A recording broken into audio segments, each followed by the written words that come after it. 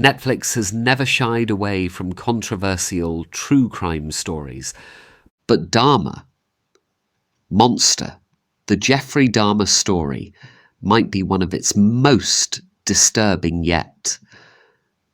Based on real events, the series claims to follow the life and horrifying crimes of Jeffrey Dahmer, the infamous Milwaukee cannibal. But how much of it is actually true? Today we're diving into what Netflix got wrong, what it left out, and the disturbing truths behind the dramatization. Jeffrey Dahmer wasn't exactly secretive. He gave full confessions, appeared in multiple interviews, and offered unsettling details without hesitation. TV host Nancy Glass once said, "He was very forthcoming. He volunteered details that may be difficult to hear. So, with all this material, why did Netflix still bend the truth?"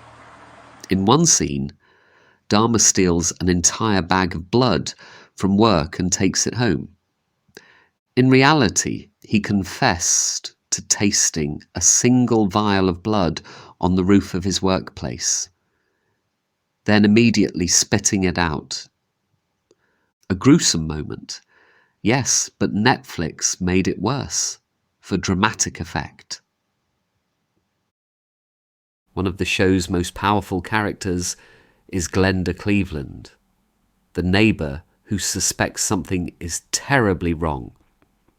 She's portrayed as living next door to Dahmer, even receiving a strange sandwich from him.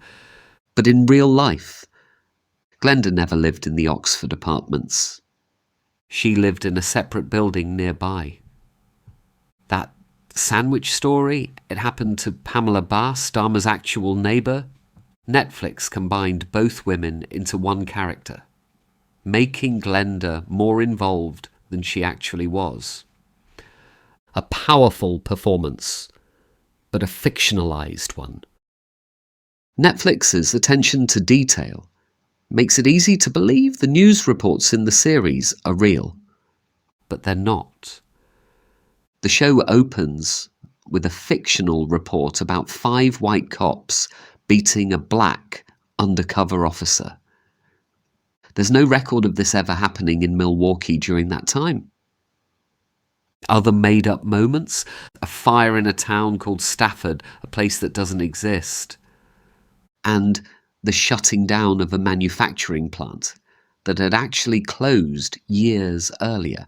Why invent these moments when the real events were already disturbing enough? This one's tough to watch. 2 Milwaukee officers, John Balkerzak and Joseph Gabrish, returned 14-year-old Konrak Synthesomphone to Dahmer, who killed him just minutes later. In the Netflix series, the officers are honoured as Officers of the Year, but in reality, they were fired. Only later were they reinstated after an appeal. The award scene was pure fiction, an unnecessary rewrite of a tragic failure. Glenda Cleveland's daughter, Sandra Smith, was one of the first people to spot Konrak trying to escape Dahmer. But the series adds a moment where she's arrested for assaulting a man with a camera. That never happened. No record, no report, just another dramatic invention. Konarak's death was one of Dahmer's most tragic crimes, especially because it could have been prevented. The series shows Dahmer meeting him at a corner store, but in real life, Dahmer confessed they met at the Grand Avenue Mall. A small detail, but an important one. When retelling true crime, accuracy is everything. A lot of people blame the justice system for enabling Dahmer to keep killing. Judge William Gardner sentenced him to just 1 year for molesting a minor, who happened to be Konarak's brother. Netflix barely touches on this, And it says nothing about Dahmer's probation officer, Donna Chester, who met with him twice a month during his killing spree and noticed nothing. It's one of the darkest failures of oversight in this entire case, and it's mostly ignored. Near the end of the series, we're introduced to a jogger Dahmer stalks with a baseball bat. He lures him home, but then it's revealed to be a fantasy. Here's what really happened. Dahmer did plan to kill a jogger who passed his house daily.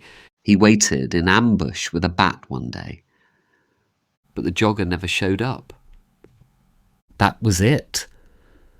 Netflix turned a real close call into a surreal fantasy sequence.